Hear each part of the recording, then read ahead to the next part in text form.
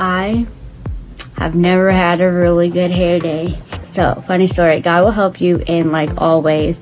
And so, even you girls with like your hair or, you know, your skincare or whatever, God has shown me many different things because He finally showed me a skincare product that I've been using now for months.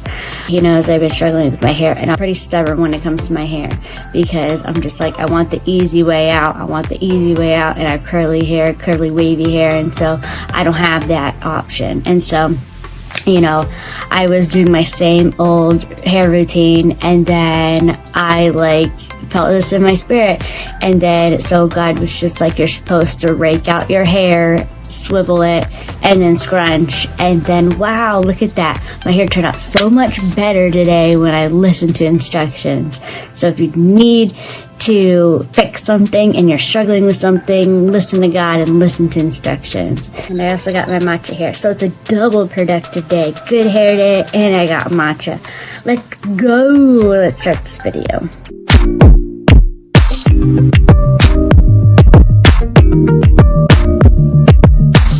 Today I am sharing my story about how Jesus saved me from substance abuse.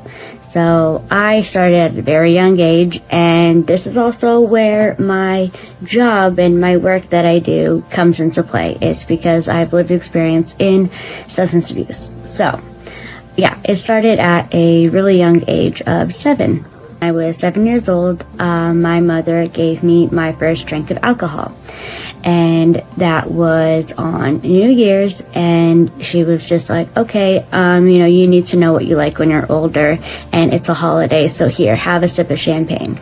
Now, I knew it was wrong, and I didn't want to do it, and then I did it. So I drank it, and I hated the taste. I never liked the taste of wine or champagne or any of that, or beer. And sometimes, you know, she would say, oh, just have a taste of your father's beer. And I never liked the taste. But what I did know from watching TV shows and movies, and mind you, I did not grow up in a Christian household. In fact, I grew up with a father who had a distorted version of who God was, and a mother who was an atheist who rejected and hated who God was. So when, you know, I started, you know, dabbling into this drinking, and then I didn't really like the taste, but what I did know is that you could get, you know, drunk off of it. And so that is what came to play when I was older. So this continued throughout the years of just like, oh, have a taste of that, have a taste of that. And then it really got to the point where I think I was in high school, and it was like from freshman year to, you know, beyond.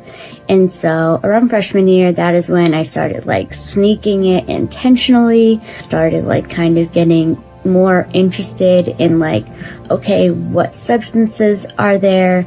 And then of course, you know, it was 14. So I was, I believe, like a sophomore or junior in high school. And that was the first time I ever vaped. So, mind you, I was really self-destructive. I was going through a lot of depression and a lot of abuse. And then it got to the point where I would go over to a friend's house, and her parents would have like these drinks out, and then I would sneak one and take one back home. And that, you know, she wasn't even drinking. And so I was, you know, using and drinking, and not letting anyone know. I was very, very good at hiding what I was doing.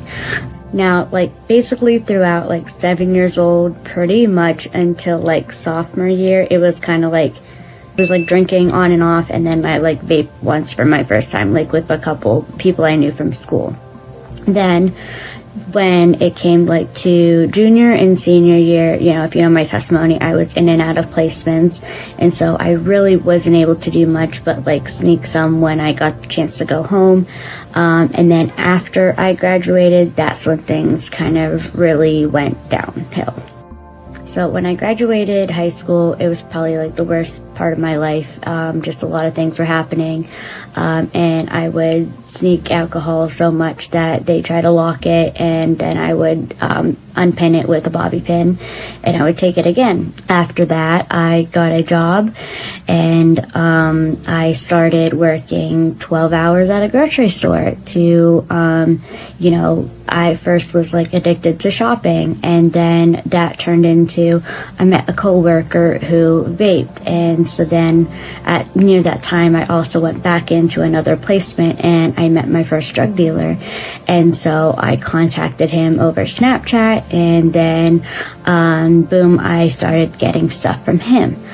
Acid, and then I did Xanax, and then he had other stuff, but I kept pestering them that he actually blocked me, and so I wasn't able to get that anymore. And then from the individual I knew at work, I was getting vapes from her, and then I was like, I need something more, and I was just numbing, and then she was just like, oh, I know this one person that, he ran out of vapes, but he has those, I forget what they're called.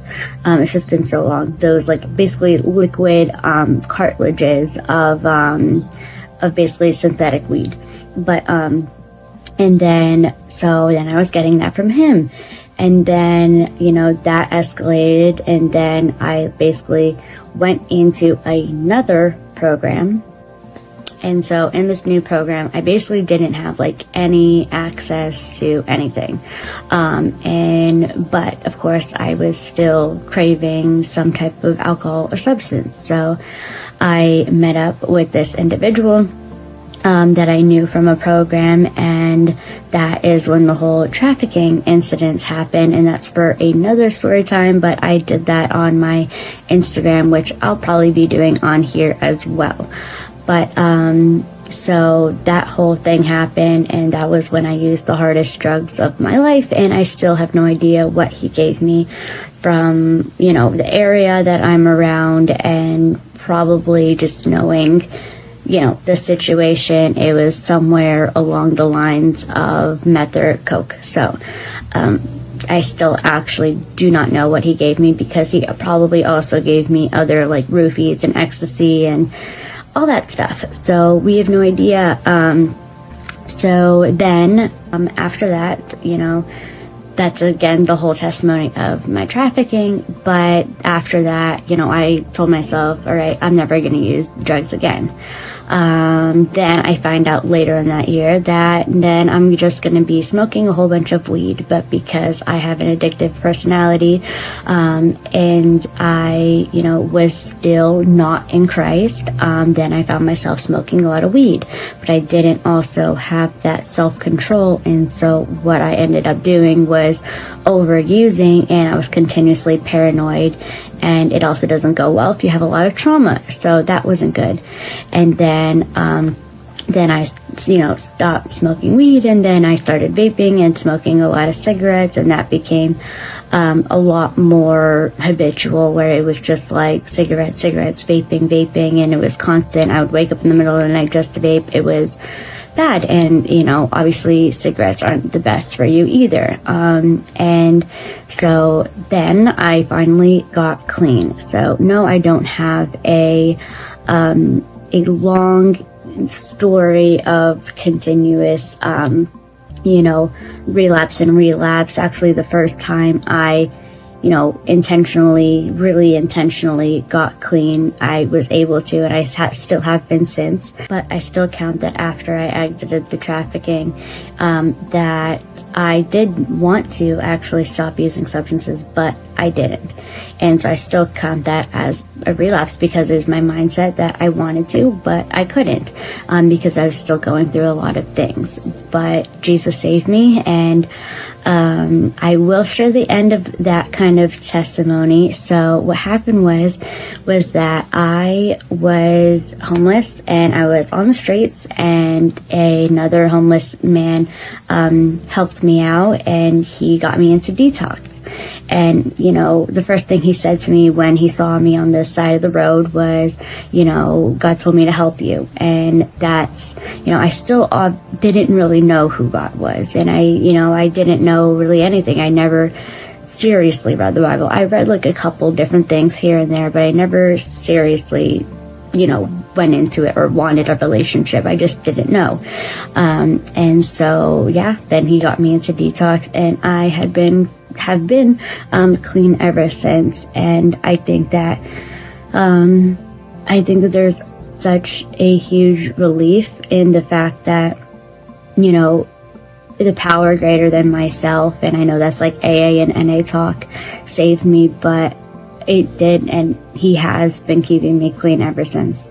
Because it's not only the fact that he was one who pretty much got me somewhere and got me to a place where not only was I off the streets, but I was also, in a place that was going to help me in recovery. And, he continuously led me to different places that was going to support my recovery, and actually, brought me to a halfway home that encouraged going to church and that had a service to go to church. And that's such a blessing. But not only that, just like physically moving me into a place of recovery, but also in the mindset. And I don't think that I would be as mentally strong as I am if I would just, have gotten into a different program. But, it's because I learned and I studied the Bible, and I really cared what God had to say. I really didn't want my life anymore, and I gave my life to Christ. And, he's been building my armor and my defense mechanisms against the enemy.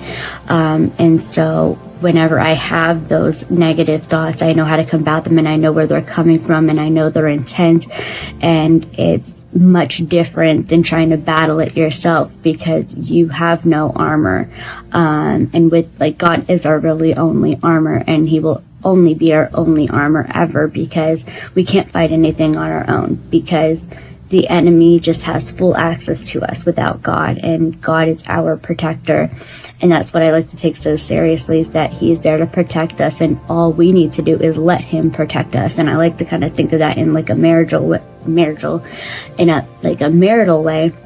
in a sense where just like, somebody can't protect you unless you're gonna let them protect you. If let's say somebody is gonna hit you, right, and the person who wants to protect you wants to go in front of you, right, kind of like how a husband is supposed to die for their wife or die for the church, and then so if you're not going to let your husband do that, or you're not going to let God go in for you and protect you, it's just okay, let me have my pride and ego, and let me take it when somebody else is going to do that for me. And it's not in an aspect where it's just okay, just, don't take advantage of that, in a sense where people can take that into the wrong context of just okay, let me be protected at all times, and everyone just goes and it does everything for me. No, it's not in that aspect, but it's in the aspect of God said he was going to be a protector, and that's what, who he says he is who he is. And God said that, men and husbands should die for their wives. And so, it's kind of but you have to let them do that, or are you gonna be resistant towards that purpose? And so that's what I have on that part. But he protects my mind daily, and he has been growing me spiritually and physically and everything and in between, and just showing me the ins and outs, and showing me the ways of the world and how I shouldn't be. And he's been teaching me just so many different things that has been just such a blessing. And I know that he saved me from my past, and I know that he saved me specifically, this video's context, which is from substance abuse. And I'm not going to say that, I have never thought about using substances again.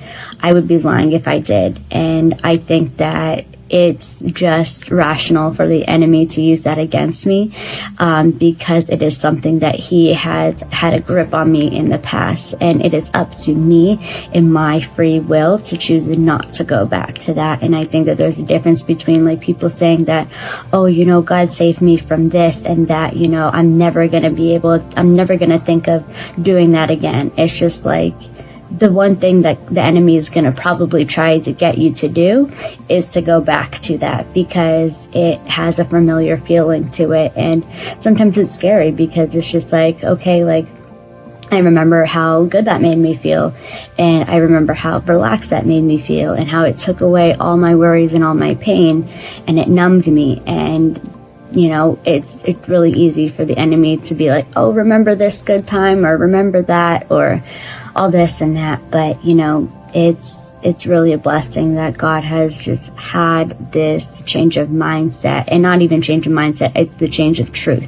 And if that's what I can say, and this is, maybe that's one thing that you'll grasp from this video, is the fact that it's the fact of truth that combats all. And you know, Jesus is the way, the truth, and the life. And you know, I could have the thought of using substances, and I can keep telling myself that, you know, Jesus loves me, Jesus loves me.